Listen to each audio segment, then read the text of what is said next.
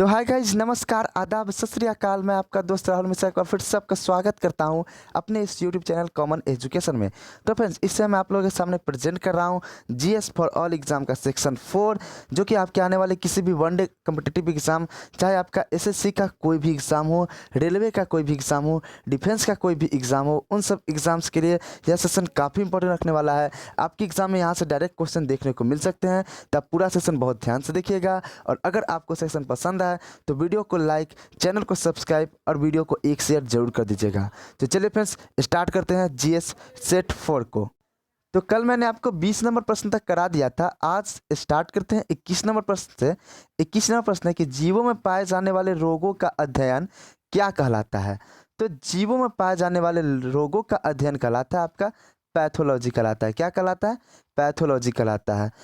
तो फ्रेंड्स, अब इसके जो ऑप्शन बच गए हैं उसका पोस्टमार्टम कर लेते हैं। तो पैरासीटोलॉजी क्या होता है? तो पैरासीटोलॉजी होता है पैरासीट यानी परजीवी, परजीवी विज्ञान का अध्ययन। कैरियोलॉजी क्या होता है? तो कैरियोलॉजी होता है केंद्रक का अध्ययन। और फाइलोजिनी क्या होता है? तो फाइलोजिनी होता है जाति के उद्विकास का अध्ययन, यानी कि जाति किस तरह विकसित हुई, जाति प्रथा, उसके इतिहास का अध्ययन होता है फाइलोजिनी। 22 नंबर प्रश्न है आपका कि कीटों से संबंधित विज्ञान की शाखा क्या कहलाती है। तो कीटों से संबंधित विज्ञान की शाखा कहलाती है एंटेमोलॉजी कहलाती है। कीटों से संबंधित विज्ञान की शाखा क्या कहलाती है? एंटीमोलॉजी कहलाती है। फिर इसके बचे हुए ऑप्शन का पोस्टमार्टम करते हैं। ऑर्निथोलॉजी क्या होता है? तो पक्षी विज्ञान का अध्ययन ऑर्निथोलॉजी होता है। मैमोलॉजी क्या होता है? तो स्तनधारियों का अध्ययन होता है मैमोलॉजी। और इक्थियोलॉजी अर्थात इथोलॉजी, जीवों के प्रजातीय गुणों का अध्ययन होता है इथोलॉजी। 23 नंबर प्रश्न है कि जीव विज्ञान शब्द का प्रयोग सर्वप्रथम किसने किया। तो एक मिनट, ये क्या हो गया? जीव विज्ञान शब्द का प्रयोग सर्वप्रथम किसने किया था? जीव विज्ञान शब्द का प्रयोग सर्वप्रथम लैमार्क एवं ट्रेवेनियस ने किया। जीव विज्ञान शब्द का प्रयोग सर्वप्रथम। अगला प्रश्न 24 नंबर प्रश्न है कि चिकित्सा शास्त्र का जनक किसे कहा जाता है। तो चिकित्सा शास्त्र का जनक हिप्पोक्रेटस को कहा जाता है। हिप्पोक्रेटस को कहा जाता है। 25 नंबर प्रश्न है आपका, ट्यूबरक्लोसिस रिसर्च सेंटर कहाँ पे स्थित है। ट्यूबरक्लोसिस रिसर्च सेंटर आपका स्थित है चेन्नई में। कहाँ पे? चेन्नई में। 26 नंबर प्रश्न है, centre for advance technology, centre for advance technology कहाँ स्थित है। तो सेंटर फॉर एडवांस टेक्नोलॉजी स्थित है इंदौर में। कहाँ पे स्थित है? इंदौर में। 27 नंबर प्रश्न है, मधुमक्खी पालन संबंधित है, यानी मधुमक्खी पालन किससे संबंधित है। तो मधुमक्खी पालन आपका संबंधित है एपी कल्चर से। किससे? एपी कल्चर से मधुमक्खी पालन संबंधित है, जो कि आपके ऑप्शन नंबर बी में है। अब इसके फिर से बचे हुए ऑप्शन का पोस्टमार्टम करते हैं। सेरीकल्चर, सेरीकल्चर क्या होता है? रेशम उत्पादन से संबंधित होता है। एपी कल्चर क्या होता है? मधुमक्खी पालन से संबंधित होता है। और इसके दो ऑप्शन बचे हैं यहाँ पे।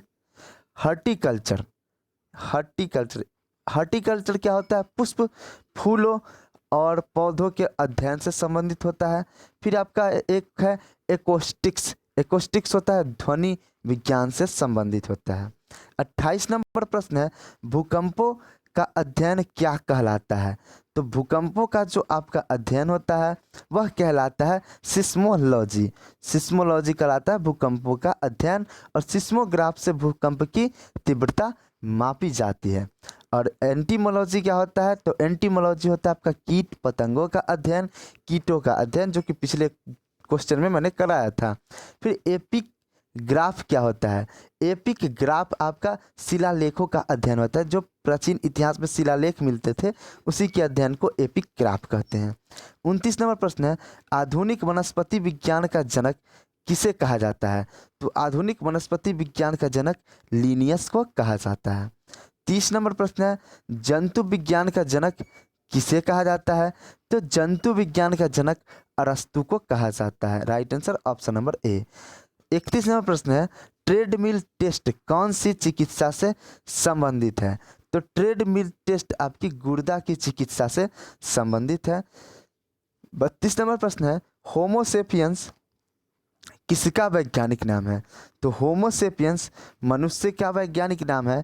स्वप्नों का अध्ययन, स्वप्नों का अध्ययन क्या कहलाता है? तो स्वप्नों का अध्ययन कहलाता है और ऑनिरोलॉजी, ऑनिरोलॉजी कहलाता है। तो भाई ये इथोलॉजी क्या है? तो इथोलॉजी है जीवों के प्रजातीय गुणों का अध्ययन। फिर ये फ्रेनोलॉजी क्या है?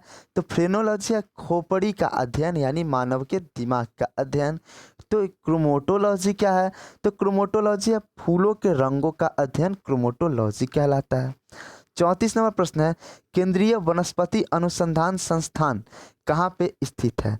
तो केंद्रीय वनस्पति अनुसंधान संस्थान जो स्थित है वह लखनऊ में स्थित है। 35 नंबर प्रश्न है फलों का अध्ययन क्या कहलाता है? तो फलों का अध्ययन आपका पोमोलॉजी कहलाता है। फलों का अध्ययन क्या कहलाता है? पोमोलॉजी कहलाता है। फूलों का अध्ययन क्या कहलाता है? तो फूलों का अध्ययन कहलाता है हॉर्टिकल्चर, जो पुष्प एवं फूलों वाले पौधों का अध्ययन कहलाता है।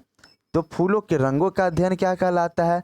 तो फूलों के रंगों का अध्ययन मैंने अभी बताया आपको क्रोमोटोलॉजी कहलाता है, फूलों के रंगों का अध्ययन। अब आगे बढ़ते हैं, यह मायोलॉजी क्या होता है? तो मायोलॉजी होता है मांसपेशियों का अध्ययन होता है मायोलॉजी। कार्डियोलॉजी क्या होता है? तो कार्डियोलॉजी हृदय का अध्ययन होता है। हिस्टोलॉजी क्या होता है? तो ऊतकों के अध्ययन को हिस्टोलॉजी कहते हैं, टिश्यूज के अध्ययन को हिस्टोलॉजी कहते हैं। 36 नंबर प्रश्न है आपका मानव विकास का अध्ययन क्या कहलाता है? मानव विकास का अध्ययन जो कहलाता है वह एंथ्रोपोलॉजी कहलाता है, एंथ्रोपोलॉजी कहलाता है। अब फिर इसके ऑप्शन का पोस्टमार्टम करते हैं। ऑर्निथोलॉजी क्या कहलाता है? तो पक्षी विज्ञान का अध्ययन कहलाता है। गाइनोकोलॉजी क्या कहलाता है? तो स्त्री रोग विज्ञान का अध्ययन कहलाता है।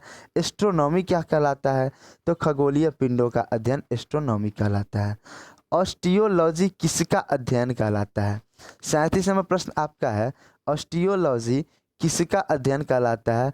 तो हड्डियों के अध्ययन को यानी अस्थियों के अध्ययन को ऑस्टियोलॉजी कहते हैं।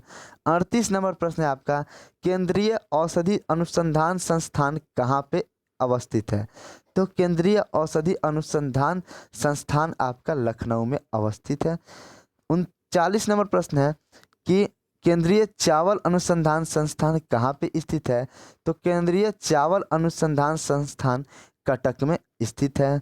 कीटों का अध्ययन क्या कहलाता है? 40 नंबर प्रश्न है कीट पतंगों का अध्ययन क्या कहलाता है?